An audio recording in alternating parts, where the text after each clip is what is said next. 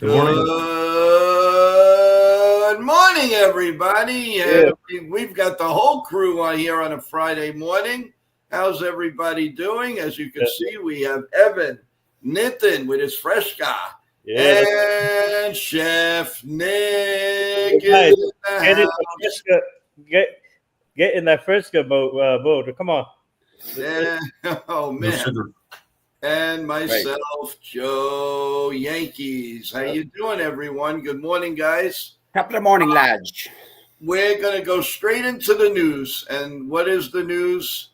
Today should be a big Yankee news day with the non-tending, with Cashman making a lot of quotes, which is excellent.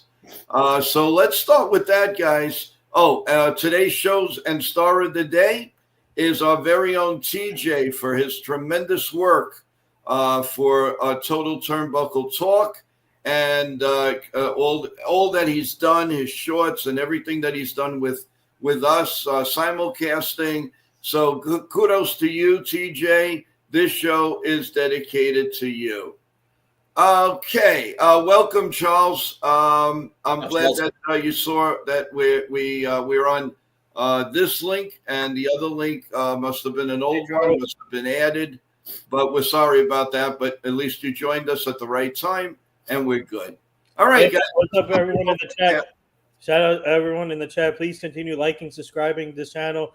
Java in the mouth, Nathan Sports Rush, and thank you guys for all the support. And guys, don't forget, special guest, our client and Michael Barrett will be joining here 9:30. He'll be joining Chef Nick, Evan, and Joe. So get your questions ready also in the chat. This will be a great show with the big three here. Looking forward to seeing that.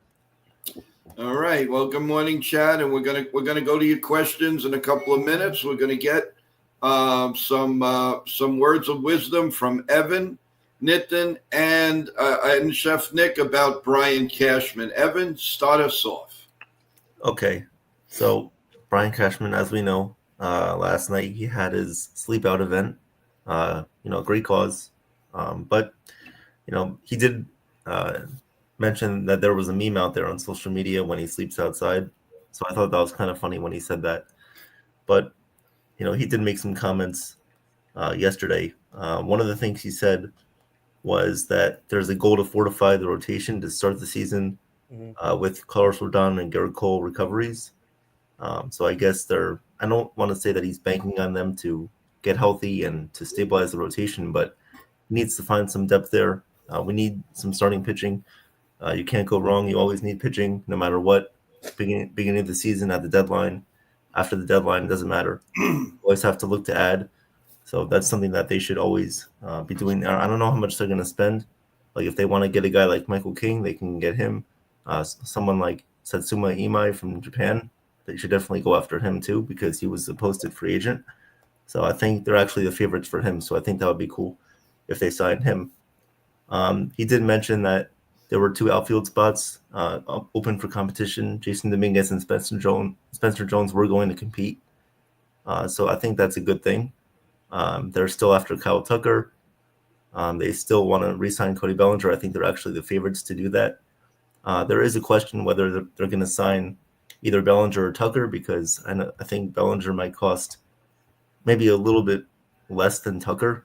So if they're going for either one of those, that will actually decrease the payroll by a lot. So then how much more room do they have to spend for other players? So there's a lot of news coming out with that. We haven't heard much on Murakami, the other Japanese international free agent. So I don't know if they're going to go after him or not. They'll probably be in the mix. And, Cashman's spoken to, different clients. I think he has different ideas. But, we'll see what happens. They're in the market for everything. They need infield, pitching, outfield. So it's going to be cool to see what he does. But, it starts today with the non-tender and tender free agents. Okay, great. Good take, Evan. Let's go to Nitin. Nitin, your take. Yeah, well said, Evan. Right on the head. And obviously, Cashman made some obviously great statements, and he even said publicly that they talked to Casey Close, who is a former agent for Derek Jeter. Also, Casey Close is a well-respected agent in this business. Obviously, they talked about Kyle Schwarber. I don't know. Kyle Schwarber to me is kind of interesting because I don't know where he's going to fit. He's not, Mhm. he's a DH, and the last time he was in the outfield was for a while, I think. But I mean, imagine him in Yankee Stadium. Oh my God, short porch, and that's the type of player that we need actually. But I don't know what they're gonna do with him. But it's kind of it's amazing to see that he talked to Casey, letting people know that he talked to Casey Close about Kyle Tucker, Cody Bellinger, Schrober, and talked about MI. He wouldn't say how aggressive, but it's good to see that he's talking already and making that point of contact. So now, but today, I think the focus for the Yankees should be the non-tendered. Shout out to Ken, by the way, from the Ugly Truth. He put it in the right way that the Yankees need to focus on all this before going out there. So it's gonna be interesting to see which players get non-tendered. I expect Ian Hamilton, uh, all those other players that are to get non-tendered. And the interesting question is going to be Fernando Cruz. His manager, which I know really well, he told us that they expect to go to arbitration. But we'll see. We'll find out about Fernando Cruz. But hopefully we get to see a lot of news tonight from the Yankees. And the deadline tonight is at 8 p.m. So get your popcorn ready. This will be fun to see. It was good to see Cashman say all those things, and I have respect for him because every year he does that sleeping thing outside, and it's amazing to see that. And I would love to be part of that next year. I'll sleep outside. I don't mind to help out for a good cause. So shout out to Cashman, and hopefully, but they got to do something. They cannot just speak. They got to do something. Yeah, I totally agree. Good take, Nathan. Excellent. And Chef Nick, how about a take from you? Yes. So I just want to say good morning, everybody. Good morning, chat. Good to see everyone. John the Beagle Dad. Good morning, bud. Yeah. Good morning, everybody. Good to see you. Especially, it's nice to be on the show when it's light outside and not dark. Just with me. I don't want to really. Maybe I should just repeat a little what I said last night because it just makes sense. Yeah, exactly. Like words are good in poems. It's like actions speak louder than words. Look, Cashman can say all the words and all the statements that he wants, but unless he springs into action, then it doesn't mean anything. Like, look, when I was small, I wanted to be an astronaut when I grew up. Look where I am now. So, but so I took action to be a chef. You know what I'm saying? So it's so he just needs. Look, it's great that he said Dominguez and Spencer Jones need to. They're going to compete in the what's it called for a roster spot, whatever. But it's good to hear that. But unless it happens, then it's like I wouldn't hold my breath. Especially, I'm not putting it past where Cashman is. He's going to lay back and just run it back. So far, he is. It's like if by the qualifying offer that Grisham accepted and signing Tim Hill, Ryan Yarbrough back, which were good moves. I like that. It just seems like I feel like they just need something different. And what was interesting last night was, rumors are going to come and go, especially with Corey Seager now being a rumor. That's very interesting. I would, if they had like an opportunity to get Corey Seager, why not? Why not just jump on it and don't lose that opportunity? I like him. Yeah, I like Seager too. I do. Look, even if Paul Skeens just said no, I'm not going to. Anything's possible. Even Skubal too. If they have an opportunity to get Skubal, I would do it. But again, like I mentioned too, the thing with the Yankees is they like to wait until the end of the season to tweak the contracts. I would give Skubal, if that happens, a contract extension mid-season. It's like it's why lose that opportunity? Like just take advantage, and it's just lock them up. But they don't do that. So I like the thing with Hal too. It would be nice for everyone to see Hal. For him to just pretty much say what his plans are, what his goals are, instead of just hiding in the background. I think that would be great as an owner to do so, to give us Yankee fans a little spring in our step and some confidence in our hearts or something like that. But anyway, yeah. So I do like to see a lot of mix and match with veterans, with rookies, with a balance of power, with a balance of resiliency, balance of fundamentals, balance of everything. So, yeah, sure, we need to retool. We need a lot of work to do with the rotation in regards to depth. Also with potential replacements for Rodon and Cole. Especially you don't know what's going to happen. If once they get back, you don't know if they're going to be 100% healthy. Like anything could happen. So I think Michael King is interesting too. Also, in regards to the bullpen, Devin Williams, again, that for 3 years, $45 million as a rumor. That's a little steep. Like me and Nathan talked about yesterday, I think a 1-year deal would be good because it's like, all right, Yankees see something in him, a hidden treasure. He did well in the postseason, the regular season. He did not. So, small sample size in regards to the season. But still, it's just, I don't know. It's like a seesaw effect. It's like, I don't want Devin Williams, but his stuff looked good in the postseason. It's like, all right, well, postseason is postseason. A lot of underrated players, perform well in the postseason and do horribly in the regular season. So it's going to be very interesting. I do like the rumors during the offseason. It's really cool to see because you just don't know what's going to happen. But yeah, Cashman, of course, Cashman sleeping outside, doing it for a good cause. That's always good as well. But anything that Cashman says, it's great. It makes us feel good. But he needs to step up and do something. Again, action. So, but I want to bring up Corey Seager's contract, and he'll be a free agent in 2032. So if the Yankees do end up getting him, which would be a great idea for Yankee Stadium, and he still left. He still has left to play, and he's still hitting in his prime. Right now, he's 31 years old, I think. 31 years old, and then if we get him, so we'll have him for 7 more years. So, which is okay, and I think we can take on a guy like that. And then Stanton's contract is going to be up in like 3 years. I think he has 3 more years. I wouldn't mind taking Corey Seager. He can help us instantly. But the problem is, if you're going to do that. What happens to Volpe? You got to move on from Volpe. That's a problem. Yeah. Maybe you can include Volpe in that trade then. I don't know. I don't know if Texas would take that, but maybe if you tell Texas take on Volpe, we'll give you some of her. Maybe they view him as a second baseman. They can view him there because they want to Volpe. Volpe. Yeah. Okay. Yeah, but what are you gonna do with Chaz then? I mean. Well, he can continue making his rap albums. Maybe Texas will view him as a second baseman. Maybe put Chaz in that trade as a second baseman. Texas views Volpe as a second baseman. Oh, okay. All right. Yeah, we don't lose anybody. We just get Seager. Yeah. And I just want to remind everybody, we will be on the case today, everyone. With all there should be a lot of news around baseball with non-tendering.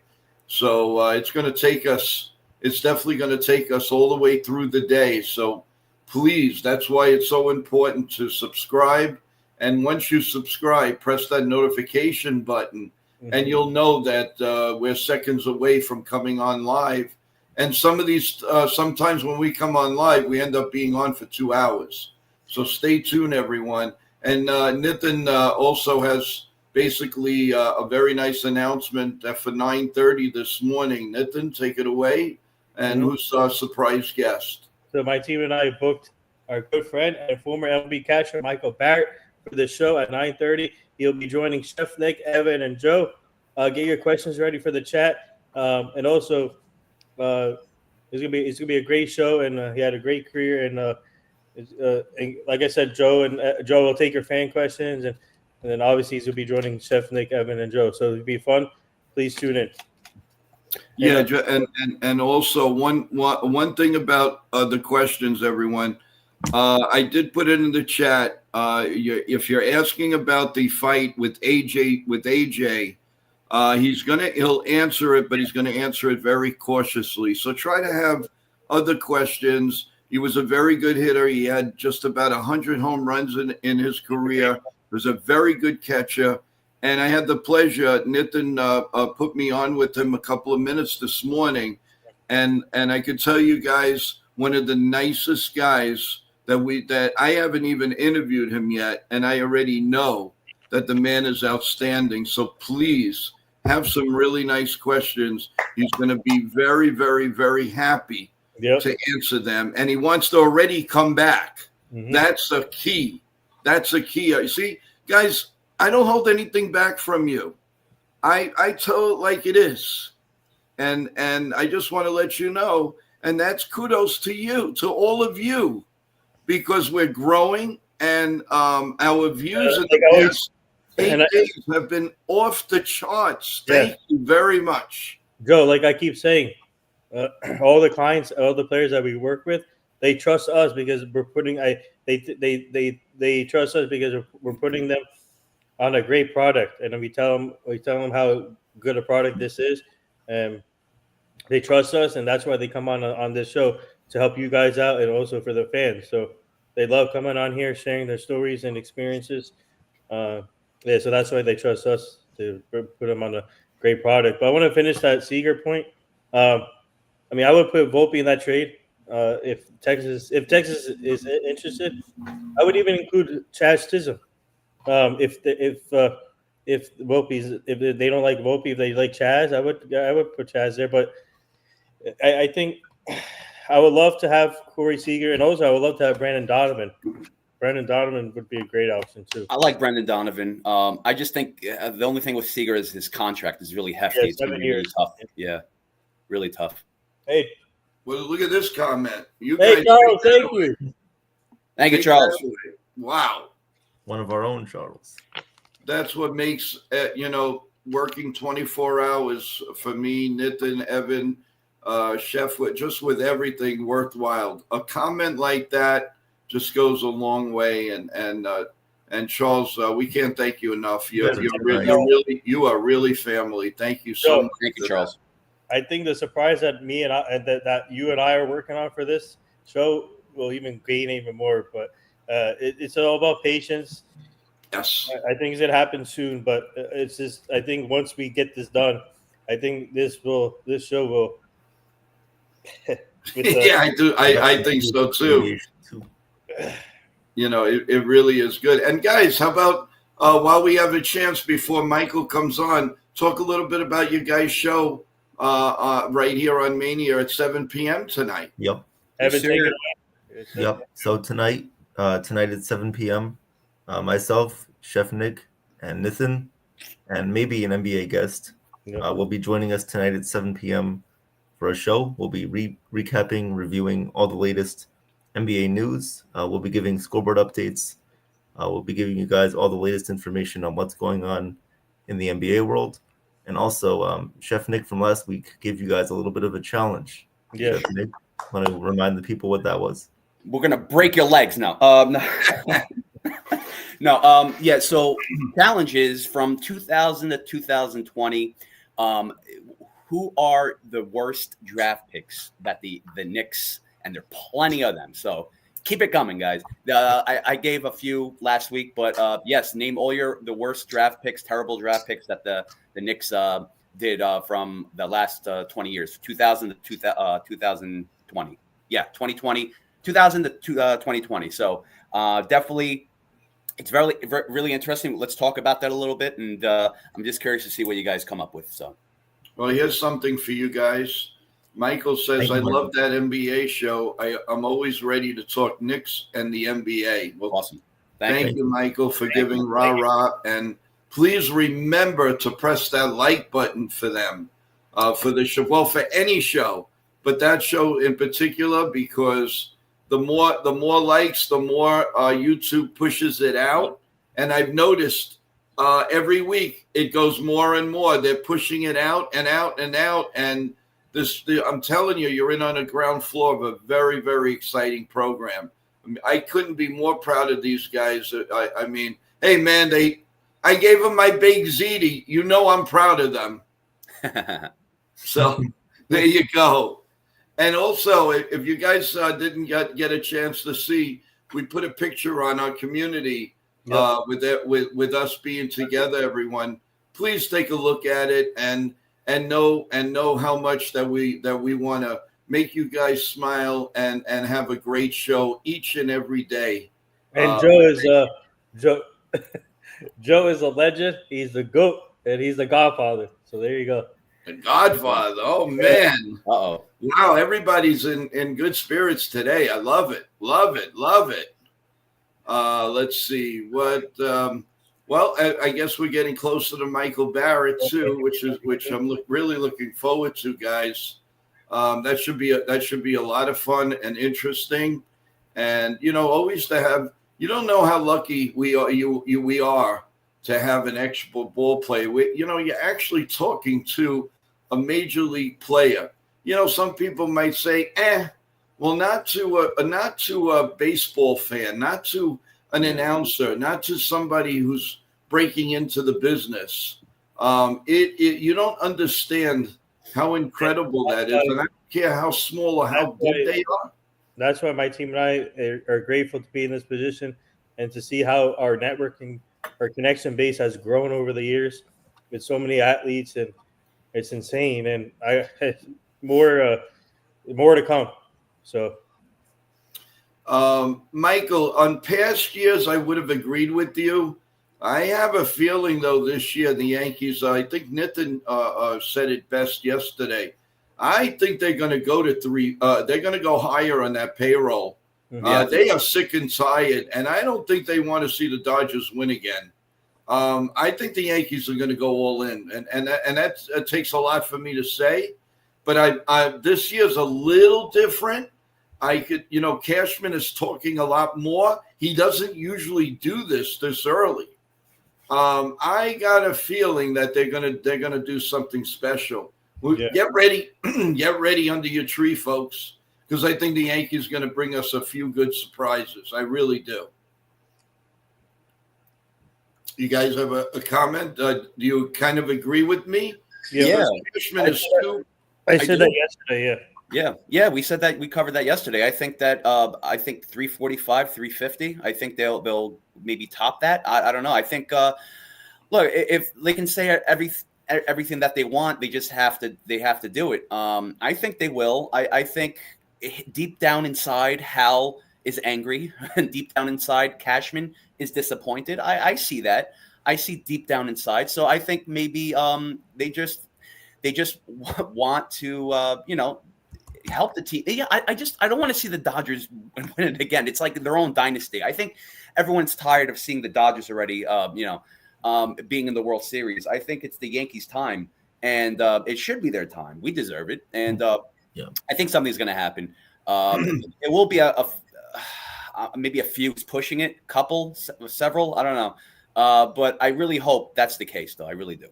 Yeah, and everybody who thinks that Hal's in Mexico somewhere, Hal will definitely be interviewed on in the winter meetings by Meredith.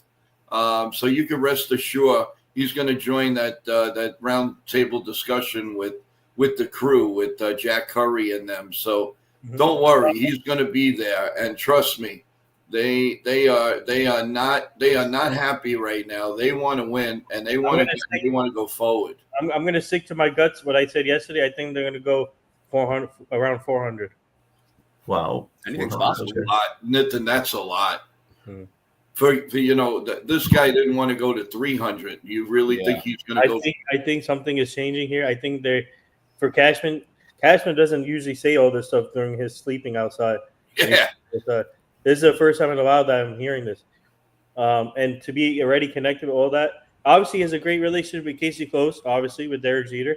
But to say that he already talked to my agent, and then he didn't talk to Okamoto yet, but for him to say all this, and I think it's a good something's coming, guys. Just stay tuned.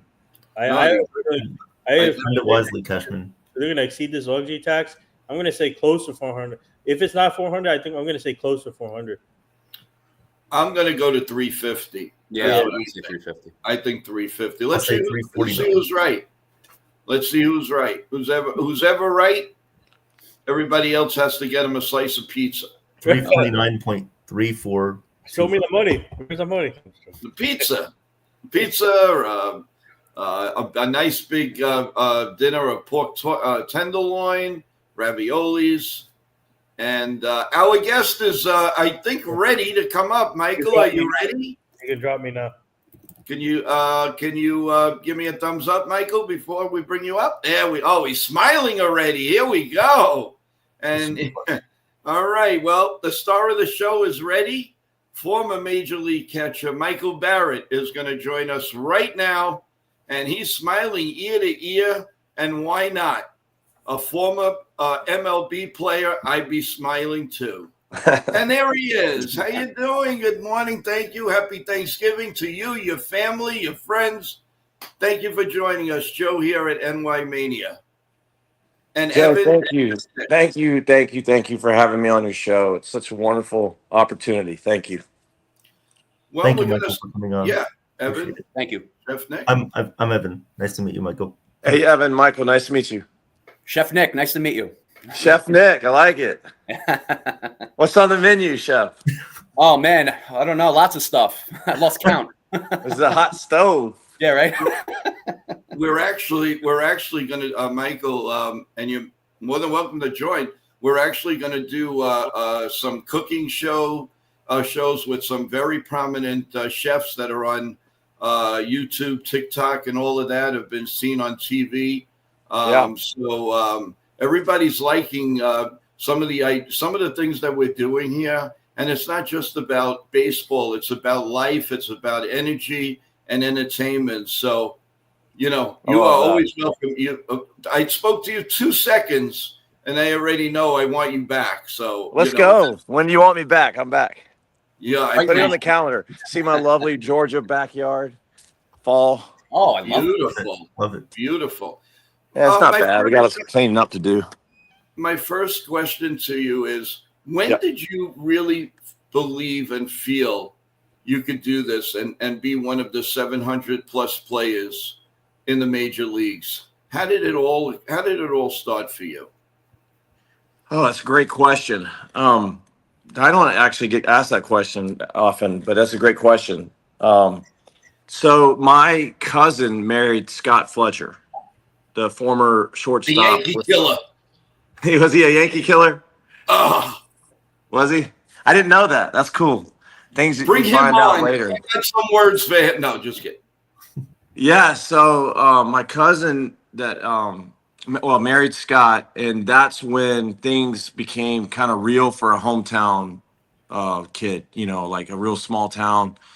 To where I had the opportunity to go watch him play in the 5th grade. I remember flying to Boston, of all places, and he was with the Texas Rangers at the time, and that sort of sparked my interest when he was introduced to the family, and I realized that was an actual career that people chose. Then all of a sudden things became real. Wow. Love it. Love it. Your first just hitting the field, hitting a ballpark and knowing, hey, tomorrow I'm actually going to be on the field, whatever, the Expos, the Cubs, it doesn't matter. What was that feeling like? Because I know people have been asking me, Joe, can you ask a former player or a player what it's like to step on the field for the first time? Oh yeah, it was too good to be true, really.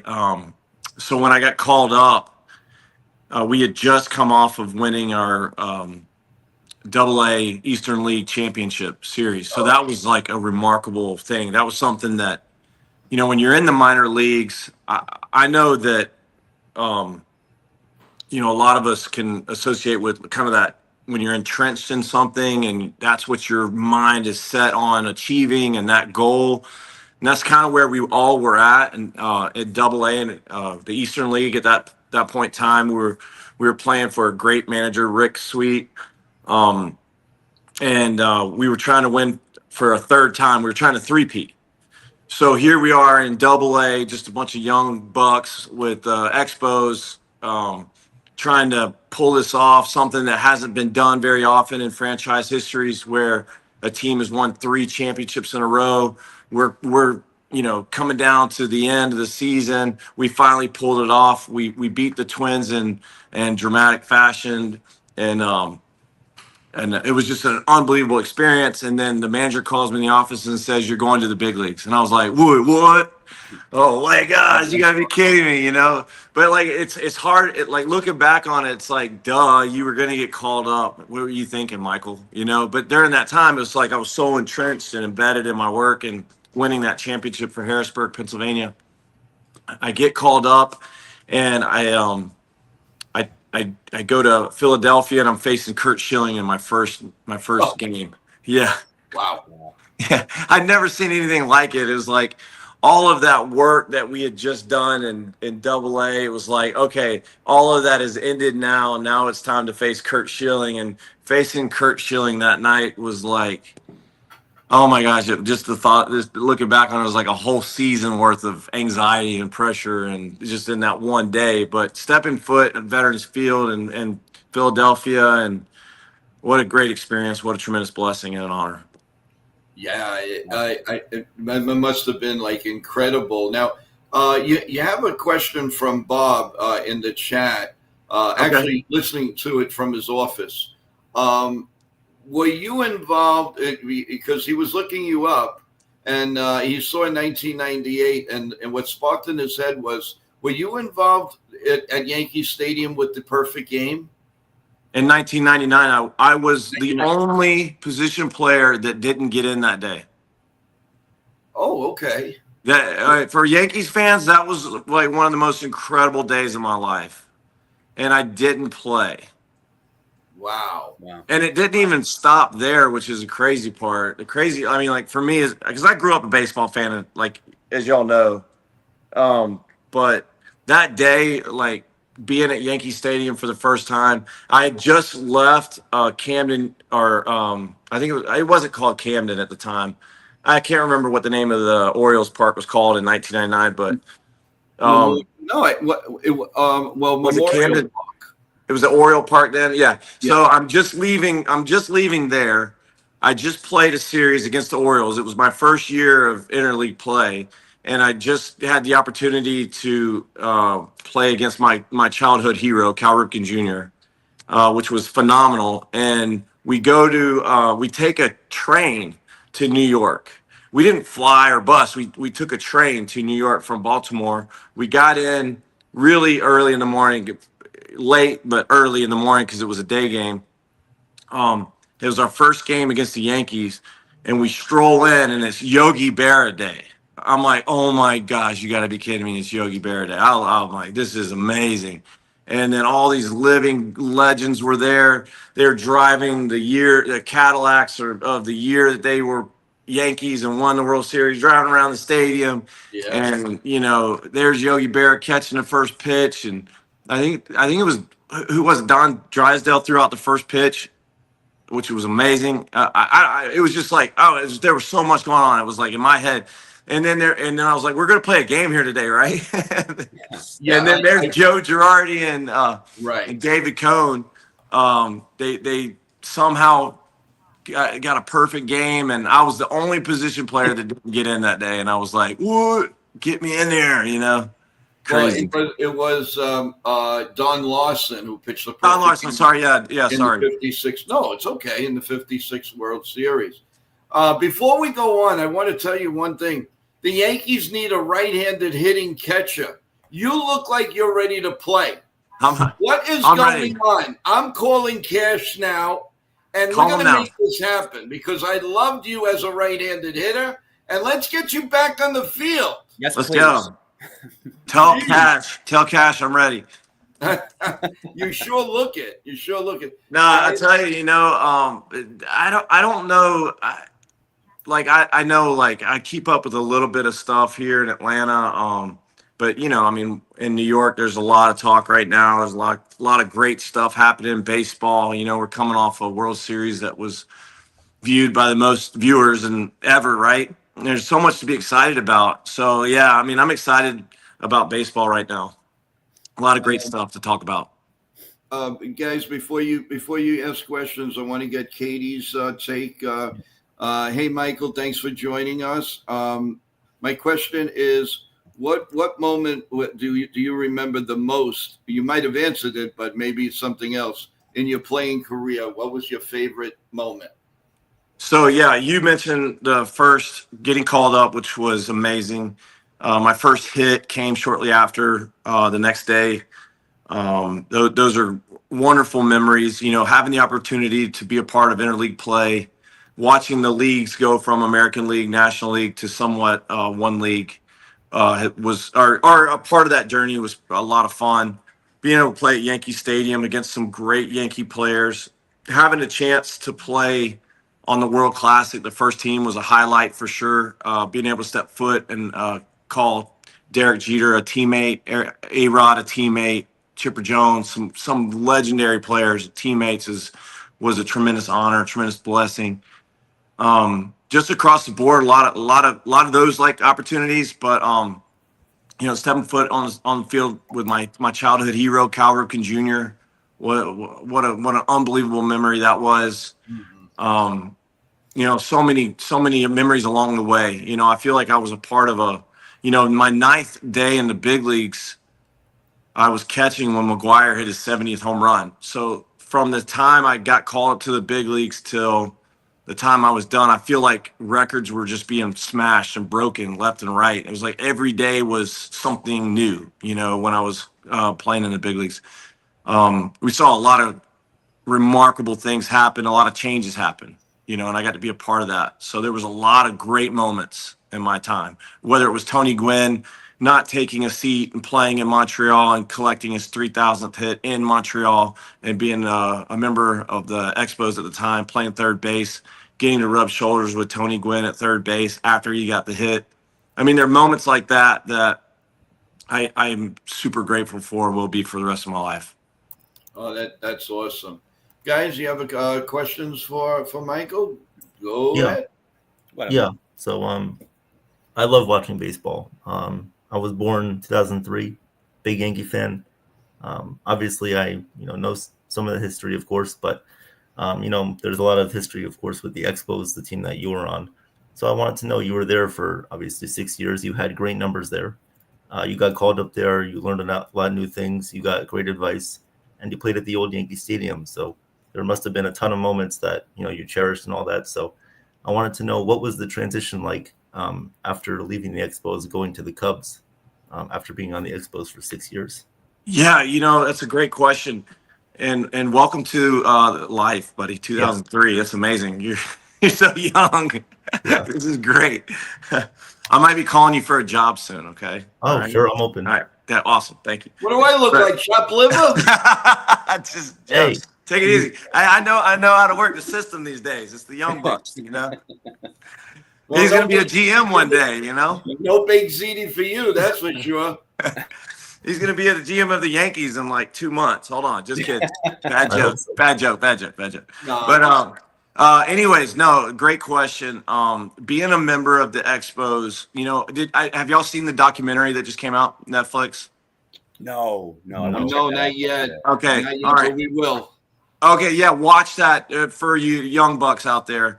And I mean, no disrespect when I say that, but for people that were born after, baseball fans born after that period of time, I can't encourage you to go watch that enough. And I want to say this, and hopefully it helps you understand, but I was watching that documentary and I saw myself in the documentary.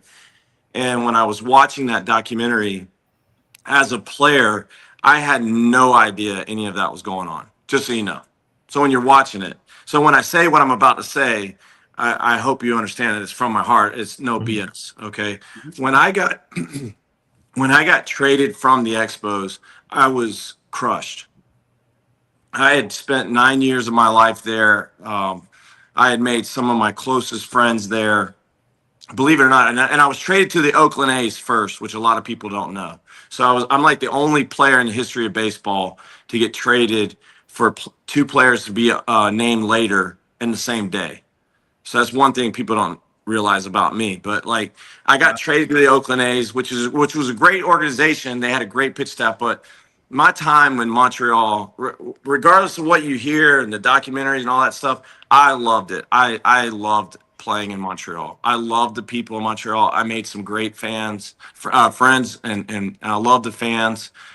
Yes, we had our issues, just like any other organization, but getting traded was tough on me. It was tough on our family at the time.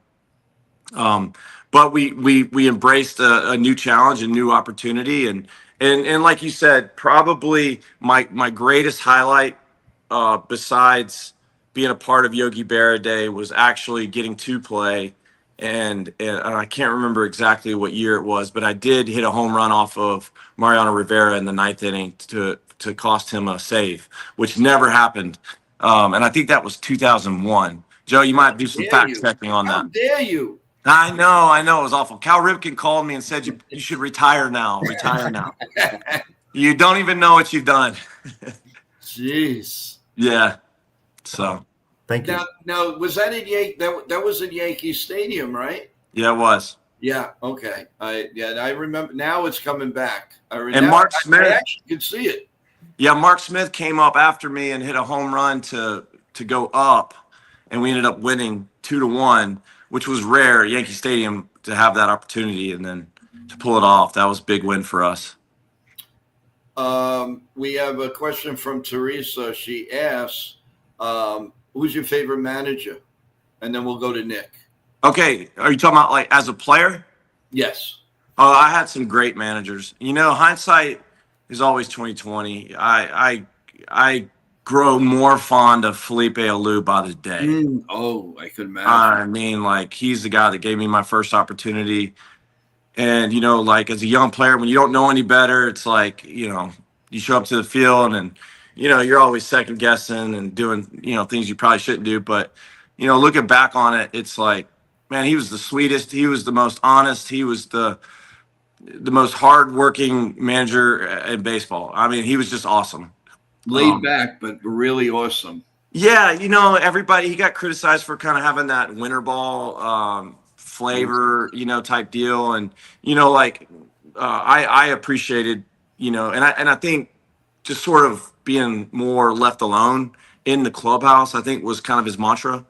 But when we hit the field, we went to work. You know, he believed in developing talent, you know, whether it was major league level or minor league level. And we were blessed to have him and have him at the helm with that mindset. And then, you know, I was blessed not long after Felipe, I had Jeff Torborg, who was awesome. Made a huge impact in my life, even though I only had him for a little bit. And then I had Frank Robinson to Dusty Baker. Dusty, amazing. And then I had Lou Piniella, Bud Black, and then Cito Gaston, who was like one of my silent favorites. But a lot of great guys. You are totally blessed. God bless you. Really. That's awesome. That is really, really awesome, Michael. You should be very proud of what you accomplished, and you know, my God, that's amazing. Really. You know, some people could be, you know, Hall of Fame bound and this and that, but you know what? It doesn't. It's all about what's in the heart and what you've done for everything. And it's not always about the Hall of Fame. It's what you brought to the game, and for you to have those mentors and all of that. Oh my God! I tell you the truth. I would take that over anything. I think that's the greatest thrill. Yeah, and I probably should do a better job of promoting myself, but I don't know too many guys that had the opportunity to play for such wonderful managers, all of those on one piece of paper. That's not to mention all the great managers I had, you know, throughout the minor leagues and throughout the system. And even when I was working with the Washington Nationals as the catching coordinator for like 7 years, I had the opportunity to work for and with great baseball people there, you know, which really was life-changing too. You know, the guys that you don't read a lot about, you know, guys in the minor leagues, like guys that have been pouring their heart and soul into the player development for 30 plus years, you know. that are paycheck to paycheck and that care nothing but the development of and the boys, getting the boys right for a successful career. Like those guys, my heart goes out to. And there's so many wonderful, wonderful people that I've come across in the game. I'm very blessed. Yes, for sure. Nick, go ahead. Hey, Michael. I just want to ask your work ethic, your mental preparation, your work preparation for, like, let's just say, I know you mentioned it already, but just with that specifically going from the minors to like all the major league teams that you played for, from like the Expos, Cubs, Padres, Blue Jays, even the Mets. Was that different? Did you take a different approach from each team? But also, correct me if I'm wrong, were you the manager of the Gulf Coast League for the Nationals? I was for Okay. 2 years. Yep. Gotcha. And then are you currently the catching coordinator for the Nationals? I am not. You're not. I'm currently a free agent. Gotcha. Okay. Even with that, let's just say that preparation, did anything change, or did you take like the same approach to as a baseball player? As I started out, that's a great question. So when I started out in professional baseball as a coach, I had to change my focus completely. I had to change my thought process. I had to rewire. It really meant me making some personal changes first, because when I got the job, I wanted that low level entry position, or, when I talked to the Nationals front office about that opportunity, like I wanted to embrace the lower levels. I wanted to learn the lower levels. I wanted to learn the industry. I wanted the Nationals to tear me down and build me back up. That's awesome. So that's really what they did. And I started out in spring training doing all the odd jobs that most low level entry people would do. And I know that the front office and the other coaches respected what I was doing, knew exactly what the plan was, but it was to get familiar with, what these gentlemen have been doing for so long, and show them the respect that they deserved. So then I started to, go that route, and then getting into managing. What I learned was during that time is that I needed a lot of work to be a big league manager, or to be a manager in the minor leagues. I needed a lot of work. I realized how bad I was. As a player, it's really hard when you go from a certain level of playing and then you go to, managing, and you're like, oh my gosh, I'm not that good. You're like, there's other managers that are better than me, guys that may not have played as long as I did, or had the success that I had, but they're better managers than me. They're really good. And then you look at that and you're like, oh my gosh, how do I compete with that? It's not like I'm going up there and doing the work myself. So you kind of learn, how to be competitive as a manager. Yeah. What makes a good manager. And then you go to compete, you go to work, and then hopefully the byproduct of that, iron sharpens iron type mentality. Hopefully the byproduct of that are that the kids see a healthy environment, and they start competing. They start watching each other. And then all of a sudden, it turns into hopefully a good system, But yeah, we had some great managers. We had Matthew Lecroy, who was a great manager in the minor leagues at the time, Randy Knorr, some other guys that I played with. And there were so many great managers, so I don't want to miss any of them. Brian Dahlback, guys that played the big leagues too. Oh yeah, Brian. With catching backgrounds, So I've got to reinvent myself as a manager to not rely on just my knowledge of catching, to be a good manager. So it was like, it was good. It was healthy, and it really changed a lot of the way I view player development. That's awesome. Wow. Thank you. Yeah. Ballparks, Michael. What did you think of Fenway Park? I like Fenway a lot. I like the history. One of my favorites for sure. Wasn't a big fan of the clubhouses. It was a little tight quarters. It wasn't real enjoyable. But and the tough thing about Fenway is I never had my best games there, as you can imagine. Like I'd come in, I'd face Tim Wakefield, and then the next day I'd face Pedro Martinez, and then you'd be like, Yeah, no. It's like kids today. It's like 0 for 6-7. I'd be like 0 for 6-7, right out of the gate. Wow. Yeah. Well, yeah. When you Pedro, so it took all the fun of playing at Fenway out of it right out of the gate. We have John the Beagle Dad asks, how do you do the taxes? How do the taxes? Can you explain why some players don't want to go to Canada? Do they lose more money there? Do you make more money in USA? Can you kind of explain that a little bit to them? Yeah, that's a great question. Yeah, I certainly hope, looking back on it, we weren't taxed as much as you would think, but every tax dollar counts, right?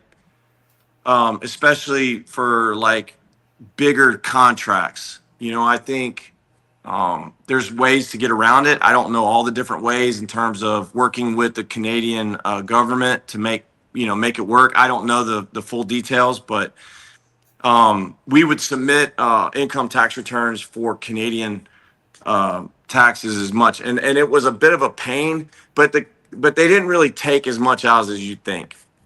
It wasn't a deal breaker for young players, but for older players, it could have had an impact. Yeah, no, you're right. But because you always hear, oh, this one's not going to Canada because of the taxes. Don't worry about it, and this and that. I mean, that's really a knock on Canada itself. And hey, listen, you have the Guerreros, you have the Brechetts, you have all those guys. They're all there. So I mean, they're doing something right. Yeah, I mean, there's a lot. I mean, like, I'm not an accountant, but as you know, you could say just about anything to a player to get them to come or not to come. Taxes could be thrown in there. But also state taxes could be just as bad. You could go to St. Louis and pay more, or you go to Florida, you're paying less. You know what I'm saying? Like, even in the United States, there's that argument that could be made. But if you ever need an accountant, you got Evan. He's just about ready. So I am studying accounting. Yes. There you go. You got a match made in heaven. There you go. You got to start advertising in the back in your house, like Evan for hire. Yeah, really. I mean, yeah, Evan's text firm. Sponsored by Evan. Actually, Evan does some play-by-plays, and he's done some really nice, very nice work here, calling different games that we had this year, and he's going to continue. He's going to be doing some basketball. Everybody here, Michael, I'm totally blessed. I got introduced to Nitin, and that really started us going. I started with a little, because I actually worked at Yankee Stadium, and I did tours for Madison Square Garden, and I did, some radio here and there, but I got the itch to do this, and all of a sudden, like, just one on top of another, and then once Nitin came on, the show really, really took off because he brought us people like yourself. Clint Hurdle's been on. We've had Flash Gordon on. And we're only on since actually my birthday. Well, that's some personalities right there. When's your birthday? May 4th. May 4th. You just reminded me. Today is my son Drew's birthday. I want to wish Drew Barrett a happy birthday. Right. We were supposed to sing to you. We forgot about Drew that. Barrett turning 18. Happy birthday, Drew Barrett. I love you, boy. Happy birthday, buddy. Yeah. Happy 18. birthday. Many more. Oh, praise God. I got 8 to 18. Like, I'm doing something right. Yes. Oh yeah, 100%. Drew's playing basketball. He may have a game tonight, but he's a basketball player. He's doing okay. Y'all like sports. Y'all like all kinds of sports, which is awesome. Yeah. Sports. Yeah. But you know what I love about this is that, we're talking baseball. I think if we were to kind of talk about the pink elephant in the baseball world right now, it's, the relationship between Rob Manfred and the players, right? That's the biggest thing. But I want to say this to Rob Manfred's credit, okay? And Bryce Harper could be mad at me for saying this, but I would say this, that, when you're out of the game and you're, even trying to maybe get back into the game or whatever it is, the fact of the matter is this, is that people are talking about baseball more now than ever. Mm-hmm. It's widespread. So with all that being said, the players, everybody involved in the game is doing something right. We can pick apart all the things that are going wrong, but at the end of the day, we're talking about it. And that's the best thing that we could be doing for the sport, is talking about it. And you brought up a good point, because I think all of us are interested in hearing will there be a lockout after the Yankees win the World Series in 26? Yeah, I want to see the Yankees be competitive again and back in the World Series. too. I'd love to see Aaron Boone be at the helm to do it. Be honest with you, Yeah. I'm hoping that some things kind of settle in there. Aaron Judge, what a great guy. He seems like I've never met him, but there's nothing that gets me fired up about anything he does. I mean, in a bad way. He fires me up in a good way. Every time I see him, I'm like, this guy's amazing. Most consistent. He's like another great Yankee example of how, you know what I mean? Like the Yankees produce great People. just people. Yeah, they produce them. Well, And that's not easy to do. That's a tough environment. Right. And the thing is, everybody, they predict World Series or bust. And it's not easy these days. It was, I don't say it was easy in the early 2000s or the 80s and the 70s and all of that, but it's a lot harder now. People don't realize this. They say, well, the Dodgers spent $400 million. Well, you know what? The Yankees spent $320 million.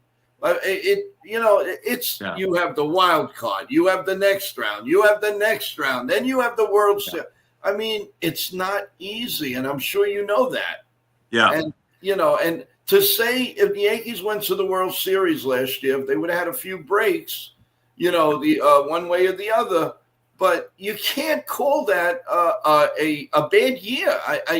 When people say, it's ridiculous to say that it was not a good year for them. And are you kidding me? You made it to the World Series, the game, 5-6, whatever it was. I think, and to your point, just to go forward just for a second, I think that, all of baseball would be really hurt if there was a lockout or anything to happen. I think this would be the most detrimental. I don't think there's ever a good time for a lockout. Don't get me wrong when I say this, but I think this would be a crazy time for something like that to happen. So I'm praying and hoping that, the Players Association and Manfred and everybody can work together to come to a resolve that makes sense for the fans and for the players, and for the owners. For the owners. Right. And start it right after the World Series.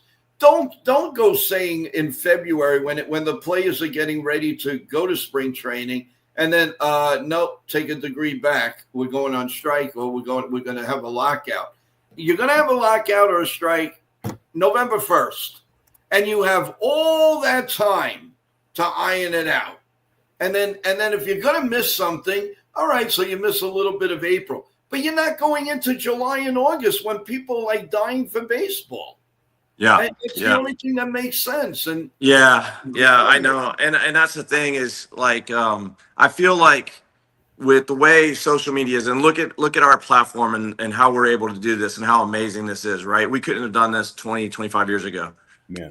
To the impact that we can now, but we can go on, we can talk about these. But in some ways, and what I was going to say is it kind of speeds up a lot of this. Some of this dialogue, some of the speed up, some of the technology, some of the way information gets out. I think it creates, whereas 30 years ago, I don't think a lot of the issues would be brought up, that it wouldn't be as big, right? And 25, 30 years ago when I was playing or guys were playing, it was like everything was by fax. You'd be lucky to hear from a reporter in Philadelphia if you lived in Atlanta. You see what I'm saying? So but now you can't put anything off, to your point. You can't go, okay, we're going to look at this and maybe go, all right, we're going to have a lockout and blah, blah, blah, blah, blah. No, because guess what? There's going to be a lot of things that are going to happen between now and then. Yeah. Guys, you have and everybody in the baseball world is going to hear about it or know about it, because that's how information flies and travels, right? Yeah. Nick, you have another question? I always ask this question, and it's very interesting to get every person's take. But what do you think about the analytics versus the old school approach? Do you see a balanced approach, or do you see one or the other? in today's game. Yeah, I was thinking about this morning because I thought we might talk about this, and I'm glad that we're talking about this because I think, like, from an industry standpoint, what I'd like for most fans and baseball people in my area that I know that I speak to, and one of the things that I'm talking to people about when it comes to these kind of things is from an industry standpoint, if you were to break it down from when analytics came into business platforms, period, right? 70s, 80s, 90s. Analytics has been out there serving industries before baseball, before it became more prevalent in baseball. And so I think, from what I've talked to in other industries, and I've been in other industries, whether it's logistics, roofing, renovation, I've been learning a lot.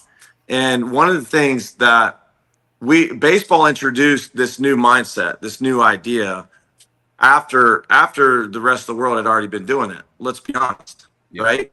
Now, I think that every organization has to look at it like this. Yes, it is here to stay. It's important. It's a very valuable aspect and tool of baseball. Everybody needs it. Every organization needs it. It's proven. That's been proven. Now, what I think has to be proven, I probably could debate this, and people probably wouldn't be crazy about my answer, but I would say that it's organization to organization. It's people to people. It's not going to be the same for the Dodgers. The problem is the problem with anything really is that you want to create a template. You want to say, this is why the Dodgers won the World Series. Okay, we can say what we want to say, but this is why. This is why they were competitive. Analytics played this role in it. And now they set they are the pioneers. They set the tone. And now every organization tries to be that way. It doesn't work like that. It doesn't work like that in every business. You may be able to pull it off over time, but at the end of the day, in my opinion, the New York Yankees aren't going to be as successful as the Los Angeles Dodgers by doing what the Los Angeles Dodgers do or did this year. It's not going to happen. It's not going to work. And if anything, it's because the Los Angeles Dodgers are doing a little bit of what the New York Yankees are doing. Let's highlight that, right? That's all I'm saying. And I think, to me, it's a balance. And I think when we won the World Series with the Washington Nationals, in 2019, I felt that we had tremendous balance in that. Our analytics staff, as far as what I knew, was respected, deservingly so, but they were respected and they played a part. But what also played a huge part in our success was the scouting. Scouting played a huge role in our success in winning the World Series. Player development played a huge role. It was like all even. It was all, whether it was even or not, I don't know. I wasn't, stroking the checks to pay people to be there type deal, but I know that we had a good thing based off of everybody respected everybody. Everybody worked together. The analytic crew was respected. And what I've heard in other organizations is that it's not balanced. Okay. But you have too much or you have too little. Yeah. You have too much or too little.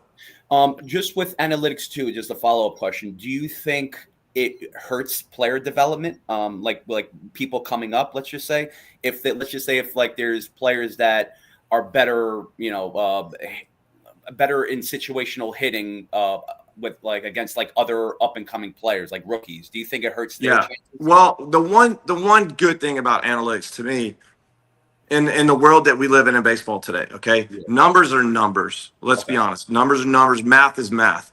And how you solve math problems are different, right? Like I got a note from my daughter teacher to not help her with math because they're learning how to do math a different way. Again, right? Yeah. You know what I'm saying? Don't teach them how to do long math. They're learning how to do different math. That's basically, to me, that's the way player development and analytics are right now. Okay? There's one way to hit a baseball. To me, I could teach long math to my child and they're going to be successful in math, but there may be a more efficient way to do it, right? Player development, that's kind of what happens in professional baseball, in my opinion. I'm not saying it's factual everywhere you go, but the people that are able to break it down and communicate it to what it really is, just the math aspect of it, it can work. I think what happens is when it's just like teaching a kid math in school. if it makes sense. We can make it either harder than it is, or we can make it easier than it is. And then there's people in baseball, just like these math geniuses, that can just look at a math problem and figure it out. Yeah. Vladimir Guerrero, to me, is one of those guys. Vladimir Guerrero is one of those guys that can just look at a fastball coming in and can hit it because he's brilliant. Yeah. Mm-hmm. He's got the God-gifted ability to do it, and he's also a brilliant, like savant-like mind on the baseball field. The guy could just see things differently than we could. We didn't have to go long math to get to the problem. He just knew the answer to it by looking at it. There's just certain people that are gifted like that. Very true. Yeah. We have, I was debating this question, but we have a question originally at the start of the show from one of our viewers named Blaze. And he said, your argument fight on the field with AJ. Can you comment a little bit about that? And totally understand if you like to avoid that. That is totally understandable. Well, his name is Blaze, first of all, so we have to entertain Blaze for the opportunity. Yes, we have to give thanks for his parents naming him Blaze. Yeah. Without Blaze, life would be boring. So we have to ask these questions. Blaze has to ask these questions. We need Blaze on the show. Okay. Blaze, I want you to come on the show with me and ask me that question in person. Whoa, that is pretty enticing. Come on, Blaze. Come on, Blaze. Let's do it. What did he say? Is he locked in on that? He's probably like, "Oh, come on that show." He's probably hiding. I'll wear Barrett out. I get asked a lot of questions about that. I've had time to review that play, and I'd like to say that, and I've said this before, that I've done a lot of things on a baseball field that I don't necessarily regret, but I know were out of character. And my thing is, I apologize to AJ later in life. I believe that I had all the right in the world to be upset with him. Didn't have the right to punch him. I apologize to him for that. But at that point in time, at that moment, just with all that was going on, I hope that the baseball gods can forgive me a little bit, for the mistake I made. But it did change my life, because I didn't realize at that time how many people actually wanted to do that to AJ. It was kind of sad. Yeah, well, he had strong opinions. So on the on his broadcast. So I mean, but again, everybody's different. Everybody, it's freedom of speech. But obviously, things happen. I mean, look, we go back years and years. Pete Rose, bowing into Ray Fosse. If you've ever seen that clip. Yeah, during the All-Star game, right? Right. That was incredible. I mean, there's so many. What was that? Odor with Joey Bats, right? There was a big fight in the middle at second base. So these things happen. I mean, what are you going to do? I mean, it's competitiveness. It's the heat of the moment. We totally understand that. So, Evan, before we bring up a little surprise for Michael, do you have any other questions? Yeah. Obviously, being a former catcher, I wanted to get your thoughts on the ABS system. I think it's going to help the game. And how do you think catchers will adjust to it in terms of framing and stuff? So my thought process on that is let's hurry up and get there. That's where I'm at, because we've been talking about it so long. And in terms of player development, the reason why I say that is let's move forward with this, or let's not. Let's and you're asking this question for millions and millions of baseball lovers, and I love that. But yeah, for me, it's my heart goes out to, the players in this situation. My heart goes out to the catchers in this situation. So hopefully I can paint a pretty good picture for you. But right now, you've got kids that are in A ball and AA that are prepping to make a long journey in the big leagues, you know, catching great pitchers, whatever, trying to figure out what they should do. This system changes all of that. This system changes all of their progress, all their progression drills and everything, because if it comes in, it now doesn't matter how you catch the ball. If it comes in permanently, it doesn't matter how you catch the ball. What becomes important at that point in time is how well you hit for a catcher, how well you hit, how well you know, not even really handle the staff anymore because of the way they have the game calling system between the pitcher and the catcher. But then how you throw guys out, how you block balls, how you keep the ball in front, all of a sudden becomes a valued number again, right?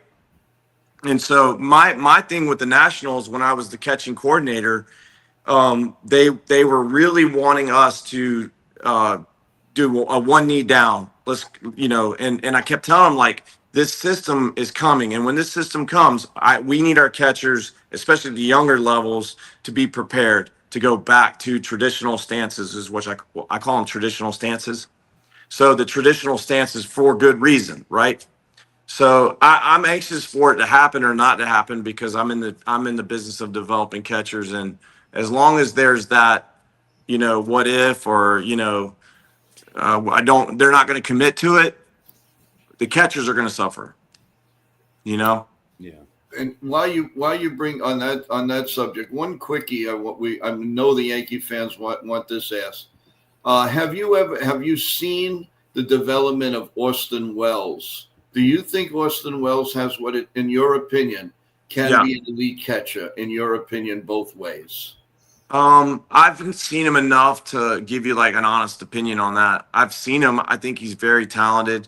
You know, but back to my point. So like, if you looked at Austin Wells, I don't know like kind of where he was at, but I guarantee you not like 5 years ago, he was blocking balls religiously. He was doing all the things that most catchers are doing religiously, you know, whether it's receiving, blocking, and working on his throwing. That's a lot. Now you say, okay, Austin, we're just going to have you focus on catching on a knee. That's not a lot, really, if you think about it.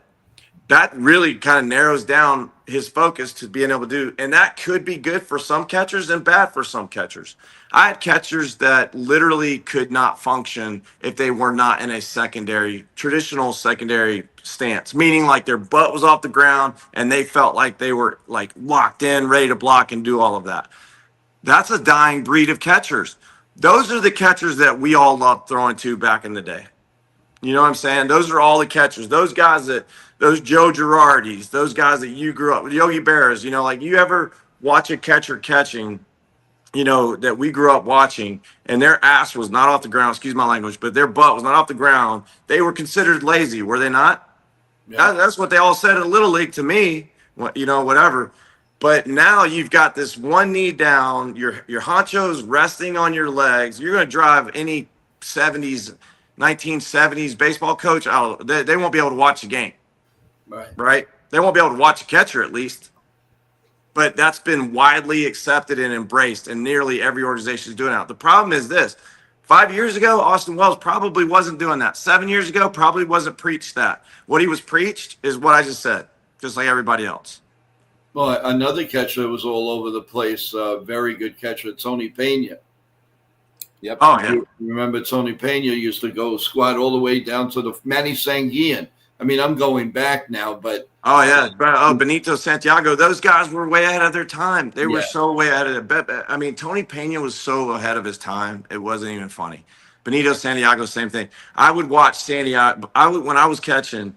They always said, like, some of your best catching coaches are going to be the guys you're catching against. That was those guys for me, for sure. Benito Santiago would do things that I would just watch behind the plate, like the way he moved, the way he handled the staff, the way he did all those things. You know, I just wish this, based off that point, you know, one thing that, you know, I was credited for and a lot of catchers are credited for is handling a staff, handling young pitchers and do all that stuff. Like, I don't want that to be completely lost. And I think it was the Brewers catcher, Castillo, right? I want to say he was my favorite catcher to watch. Him and Will Smith, obviously. But I loved watching the Brewers in the playoffs this year because the catcher, I think it was Castillo. Correct me if I'm wrong, but Who was it? I'm trying to remember. William Contreras. Contreras. I meant Contreras. Yeah, William Contreras. So Contreras, I'm watching the game, and Contreras is the only catcher that I saw in the series, all the series, that looked like he was taking control of the pitcher and taking time and talking to the pitcher, calling time out to talk to the pitcher. Man, I loved it. I love that because I don't want that to be lost with all of this. Well, that was the late great Thurman Munson. He did that. He knew how to take. Oh my God, I mean, wouldn't you miss that if that didn't happen? If Thurman Munson didn't do that, wouldn't that? Your memories of him, wouldn't that just be painful to think about? Yeah, it'd be. He was one of Thurman Munson didn't go to the mound like this. Yeah. I mean, like we're really gonna know what they're saying. I mean, come on already. Ooh. Sorry about that. No, that's okay. Yeah. Thurman Munson wasn't going to the mound like this. Yeah. I know. I that is ridiculous. Like we're really gonna know. I mean, they watch everything. You can't breathe without. Oh, this guy's stealing a sign. Listen, it happens. It's in baseball. But do it within the confines of the game.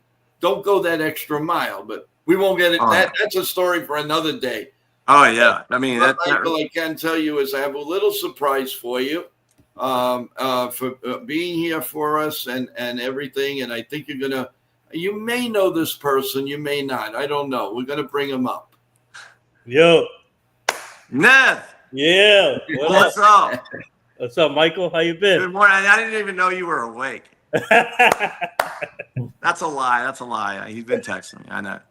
Yeah, but first of all, thank you, Michael, for joining Joe, Chef Nick, and Evan. They did a great job with you, and you guys did a great job with the questions and fans' questions also. And obviously, happy birthday to Drew. Yes. I hope you had a great day. And Michael, he shares a birthday with Ken Griffey Jr., Troy Aikman, and then my good friend Brian McFadden, who played in the NFL. So he's in the good company today for birthdays. Ken Griffey Jr., Troy Aikman, man, that's in good company. Man. Yeah. Well, we might have to change his career. I don't know, basketball. I might have to start thinking along those lines for me. But gentlemen, thank you so much for having me on the show. Best wishes to you guys. Hot stove. What a great time to be a baseball fan. I've been so crazy about just all this stuff that I'm actually looking at the dates for the winter meetings. Like, oh my gosh, this is exciting. That's what I wanted to. That was my next question to you. We're going to do wall to wall because as you can see, we do a morning show. We come on in the afternoon. We do late shows, weekend shows. We would love it. Rather you're there or you're not there. We would love it if you give us some time and we can discuss some of the trades, some of the rumors, what's happening. If you can find some time, Michael, we would love to have you on. Yeah, definitely. Let's do it. Yeah, no. Thank you. Awesome. We're working on being at the winter meetings. Hopefully, December 7th to the 10th. So nice. Let me know if y'all go. That'd be fun. Yeah, hopefully. Are you going to be there, Michael? I'm actually thinking about going. Just got some things I got to work through, but yeah. Yeah, we'll let you know if we make it happen. And also, we're looking forward to having you on our Jabba and the Mouse show also with Jabba. So. You guys want to hear a really cool story? Really fast. I got to tell you guys a story. So one of the questions they asked me, and it's real fast, about when did I start thinking about professional baseball stuff. So this town I grew up in was really small. Now you've got John Smoltz lives here. You got all these people that live here, all these great baseball legends. But back in the day, there was Dale Murphy, just moved up here. He's great. He's an awesome guy. But we were just kind of getting into it. My dad was a football guy, football coach. So we have a love for football too. But my dad was the local football coach, feeder football.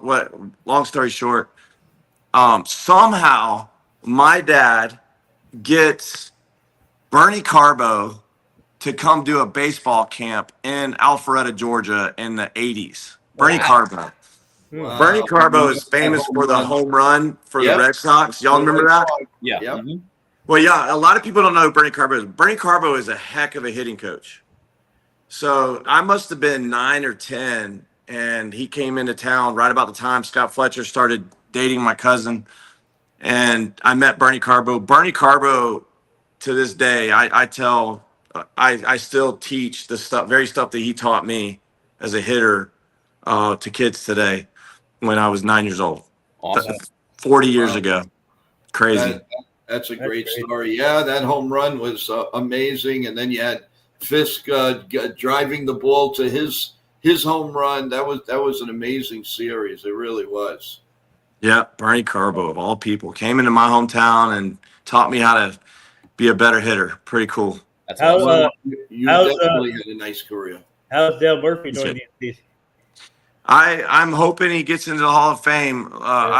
I really am. You know, one thing, you know, Braves fans around here, this is a lot of what we talk about. I'm trying to be a fan. I don't know who to pull for yet, you know, but Braves fans particularly are really interested in seeing Murph get in. And I hope he does. He's well deserving. But one thing that a lot of Braves fans pointed out that I didn't realize is that he's number 2 all time in the 80s for home runs, right behind Mike Schmidt. That's an impressive accomplishment alone. Yes. To be the second guy and not be in the Hall of Fame for a decade. Any other decade that couldn't be possible. There's probably, does that make sense what I'm saying? And the other guy that's not in that I don't know what y'all think about, but Gary Sheffield, I feel like Gary Sheffield should be a Hall of Famer. Me personally. Yeah. I don't know if I'm missing something here. I don't know if I'm but I love Gary Sheffield, man. That guy has been so good to me over the years. Just Sheffield and Mattingly and Murphy. Yeah, Mattingly. Oh gosh. No, I without a doubt. But I again can't thank you enough, Michael. You've been terrific. God bless you. God bless you, your family. Thank you.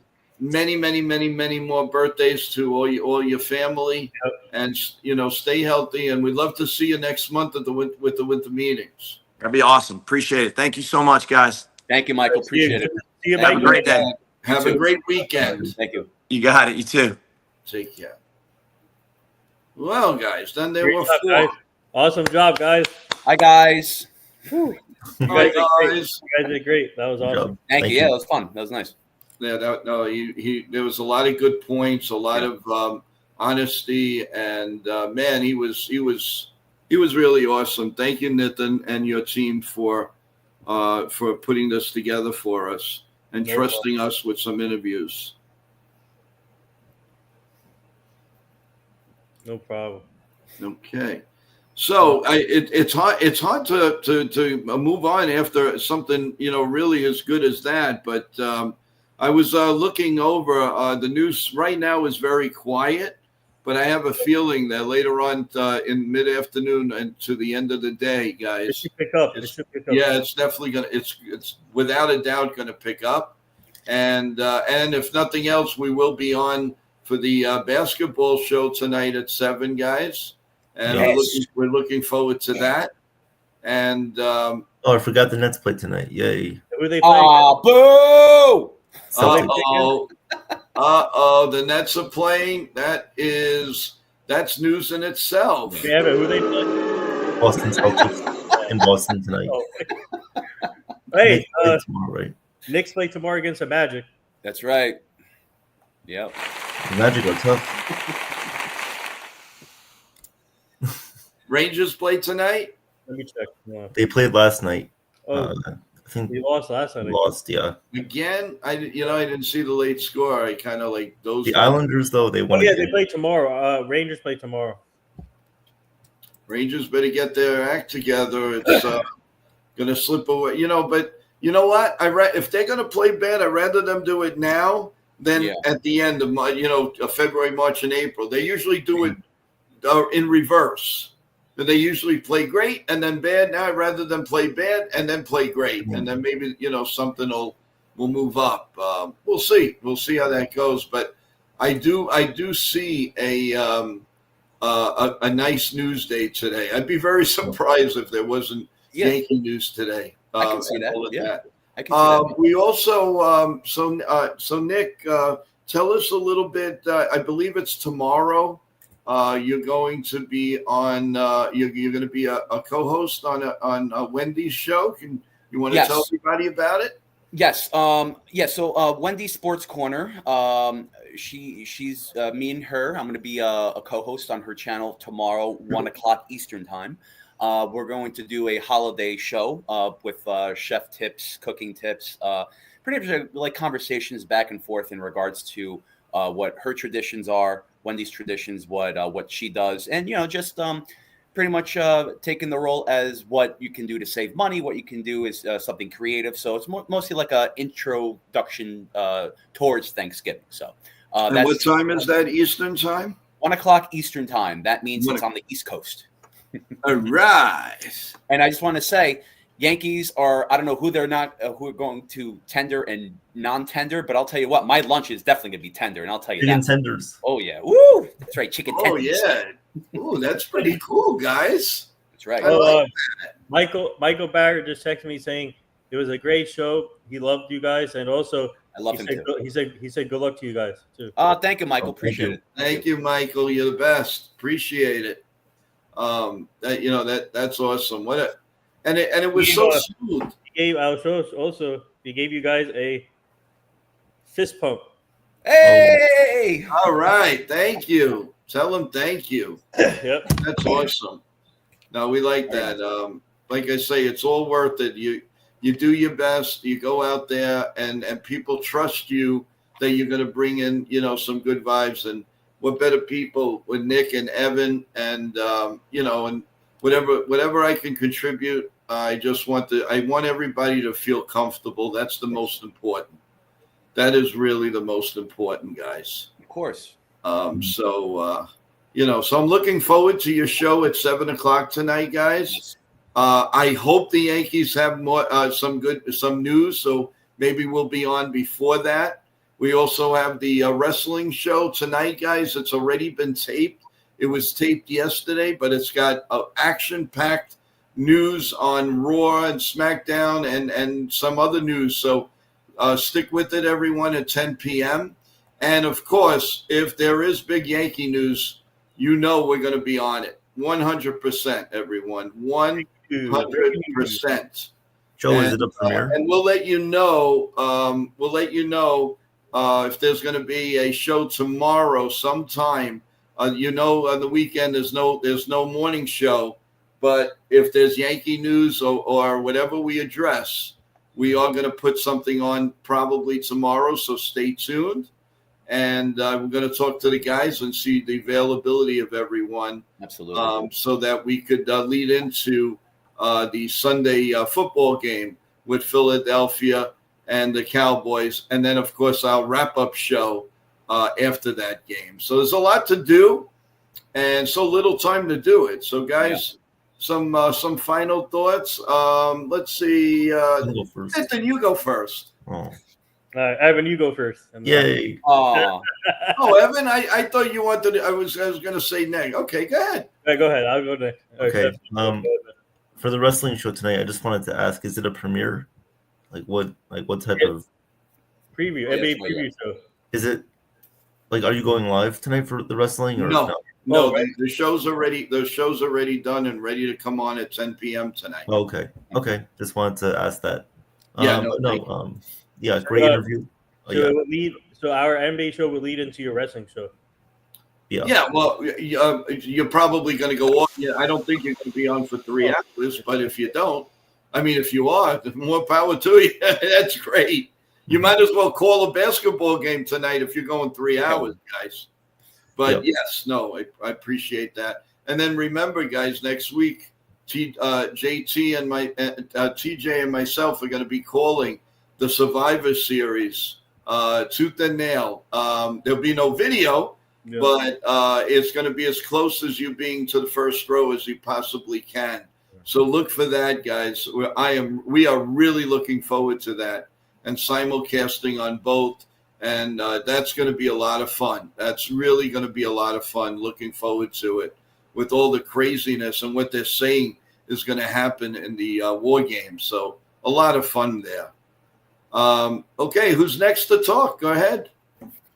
I mean, I'll just finish real quick. Yeah. So obviously, you guys come by tonight, 7 o'clock NBA show. We got previews, recaps, talking about some of the Knicks' worst draft picks. Did some research, and I'm sure Chef Nick will be happy with my findings. So we'll see Yes. about that. You're the judge. You're the master. So, but thank you guys. Great interview today. Thank you to Nathan and his team for getting Michael Barrett on his show.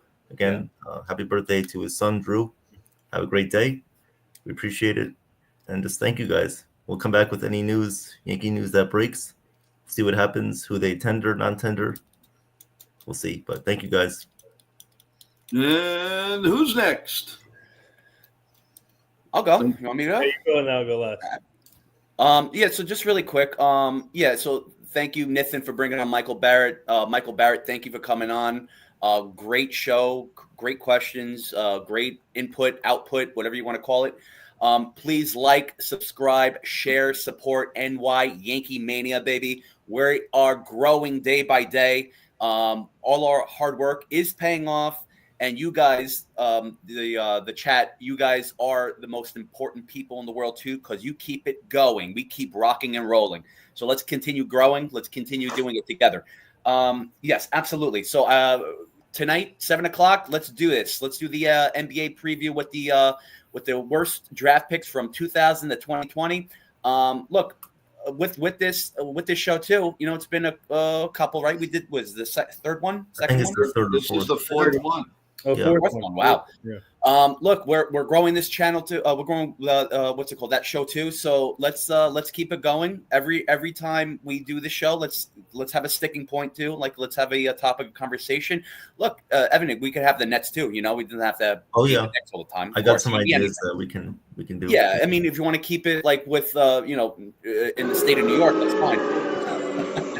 Yeah, screw them. Terrible team. But yeah, let's keep it going.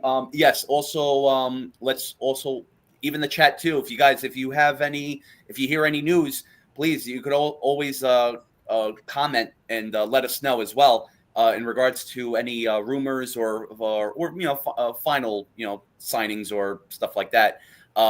With today, when is the deadline for the tender? I believe it's Tonight, 8 at 8 p.m. o'clock. Okay, it's gonna be really interesting. I mean, it might be slow now, but once it There gets might be to that news during point, our show. Who knows? yeah, we could. Yeah, break it I'm up. going to It's be fine. on it, guys. Don't worry. I will. Yeah, no, that's fine. While So, you guys are on, well, I will be all over it. Don't worry about that.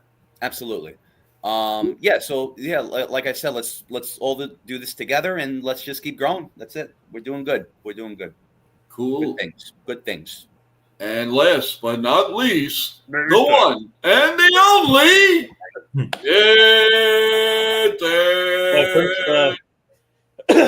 Yeah, well said points from Evan and Chef Nick. Shout out to the chat for tuning in. And